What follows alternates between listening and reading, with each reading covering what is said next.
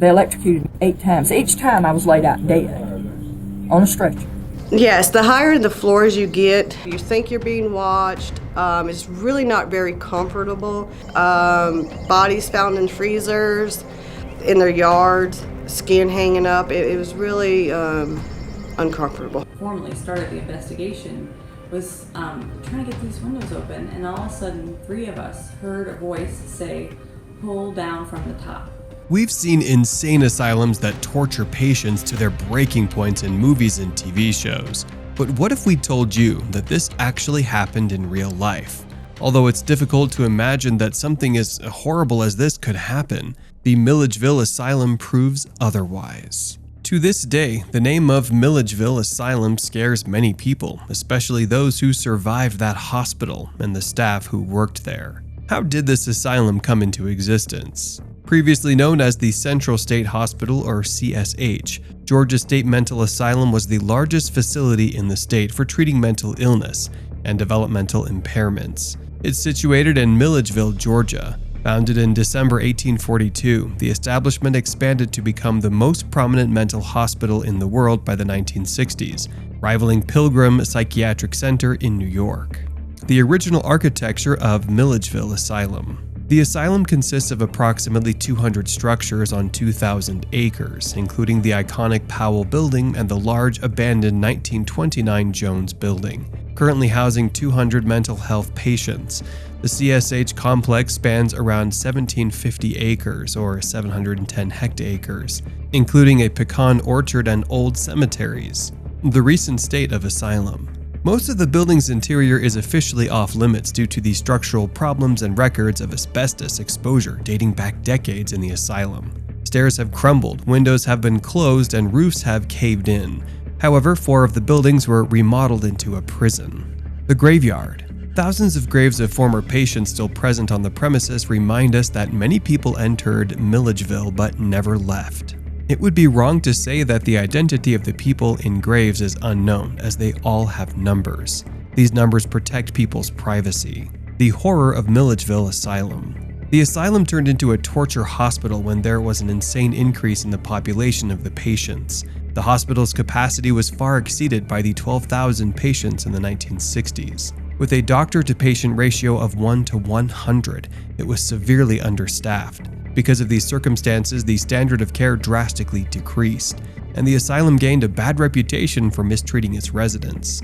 Numerous Georgians, frequently with ailments that did not qualify as mental illness and were considered funny, were sent to Milledgeville in large numbers. Parents often threatened their children with Milledgeville when they misbehaved. Novelist Terry Kay of Georgia remembers that it was one of the few words with great power when he was a little lad in the 1940s.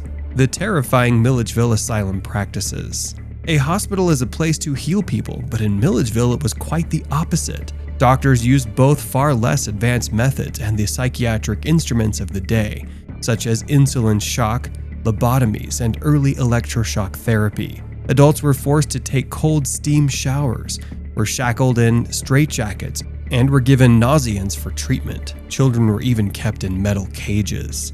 In his 1952 book, But for the Grace of God, the inside story of the world's largest insane asylum, Dr. Peter G. Cranford, the hospital's senior clinical psychologist, stated, "It has witnessed the heights of man's humanity and the depths of his degradation." Jack Nelson of the Atlanta Constitution examined claims of a snake pit in 1959.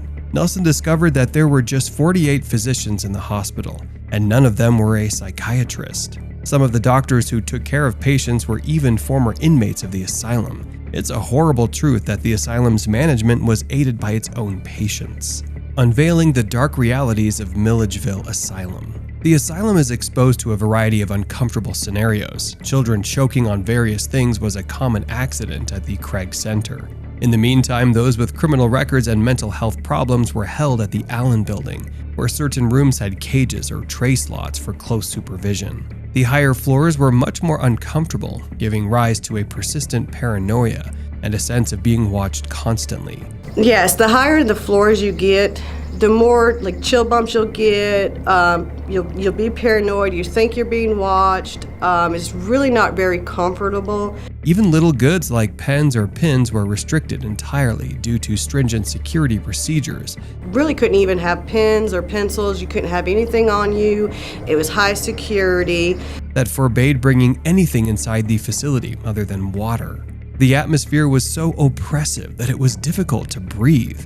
Unsettlingly, there were frequent reports of pedophilia and cannibalism in the area. Unbelievably, some people went too far, killing people and using their corpses as spaghetti sauce. When you were working there was cannibalism? Yes. In what regard? As far as killing people, putting the meat in spaghetti. As authorities investigated further, people were found in freezers and in their yards. Bodies found in freezers, in their yards, skin hanging up. It was really uncomfortable. Gruesome exhibitions of skin were also displayed. Being on the night shift increased the tension for employees because there were fewer people around. One had to be extra cautious of their safety. Additionally, stress was increased by odd noises, unsettling calls, and the enduring sensation of being followed. The night shift at Central State turned into a terrifying period for people who were being mistreated or even killed. Treatment of mental illness in the past. During that time, mental illness was not widely understood, and punishments were carried out using a variety of tools. One piece of equipment was a plywood box with holes that could only be used to lay flat. A second box was used if people were still crying, screaming, or acting out of control.